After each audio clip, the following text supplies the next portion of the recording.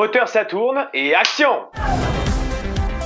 Cela fait déjà 17 ans que la comédie LOL est sortie au cinéma, le plus grand succès de Lisa Azuelos avec 3,6 millions d'entrées.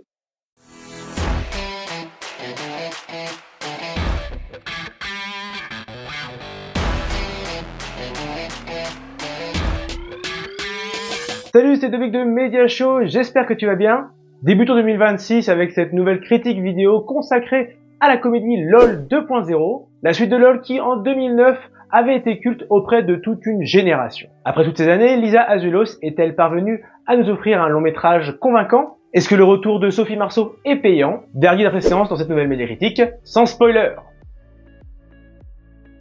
Anne profite enfin de sa liberté après le départ de ses enfants, mais tout bascule lorsque Louise revient chez elle après un échec professionnel et sentimental.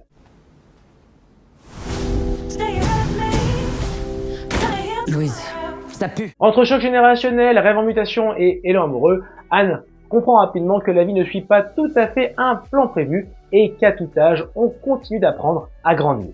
Eva, elle est enceinte. Et de qui? Ah bah de moi je crois, maman. Ah bon? Les aventures de Lola et de sa mère sont désormais derrière nous et c'est au tour de Louise, sa sœur, de passer au premier plan de ce second volet. Étant donné que Christa Terray, incarnant Lola, ne voulait pas reprendre son rôle. Un film qui parvient à garder le charme et la fraîcheur du premier opus. C'est drôle, c'est frais, c'est léger et touchant, avec une histoire certes ordinaire, mais remplie de sincérité. Le rythme est maîtrisé, avec un juste équilibre entre scènes dramatiques et humoristiques. Concernant les thèmes, LOL 2.0 aborde les nouveaux outils numériques, notamment l'intelligence artificielle et son impact sur la réflexion et la créativité, et également les réseaux sociaux de plus en plus omniprésents. Également, à l'instar du premier volet, les conflits intergénérationnels sont de nouveau à l'honneur. Cette génération, tu sais, ils sont pas que nuls, hein. Qui c'est qui est bourré? Ils peuvent être passionnants.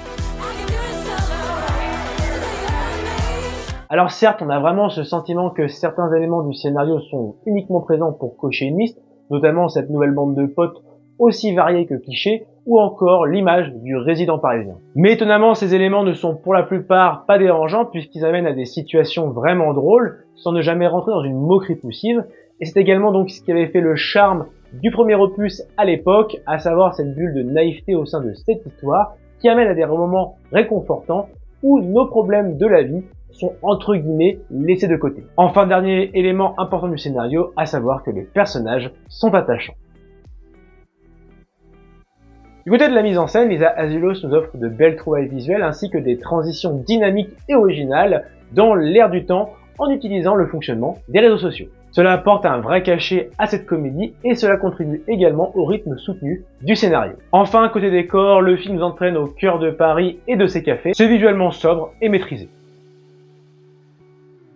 Tout comme le premier film, LOL 2.0 réunit plusieurs générations d'acteurs. Sophie Marceau, Vincent Elbaz, Alexandre Astier ou encore Françoise Fabian face à ces jeunes acteurs, Nathan Japy, Victor Belmondo, Thaïs Alexandra ou encore le retour de Jérémy Capone. Cette distribution apporte un brin de nostalgie avec de belles interprétations. Petite mention spéciale à Alexandre Kominek pour sa courte apparition vraiment drôle et qui correspond à son trait d'humour. Pour résumer, LOL 2.0 conserve le charme et la fraîcheur du premier opus, c'est drôle, c'est frais, c'est touchant, les personnages sont attachants, c'est certes parfois cliché, mais c'est une comédie française divertissante, c'est pour ça que j'attribue la note de 14 sur 20. Et voilà, cette vidéo est à présent terminée et j'espère qu'elle t'a plu. Si c'est le cas, lâche le pouce bleu, partage également ton avis sur ce film dans les commentaires et n'oublie pas de t'abonner à la page Facebook, à la page Instagram, mais également à la chaîne YouTube sans oublier la petite cloche pour recevoir toute l'actualité de Media Show. À très vite!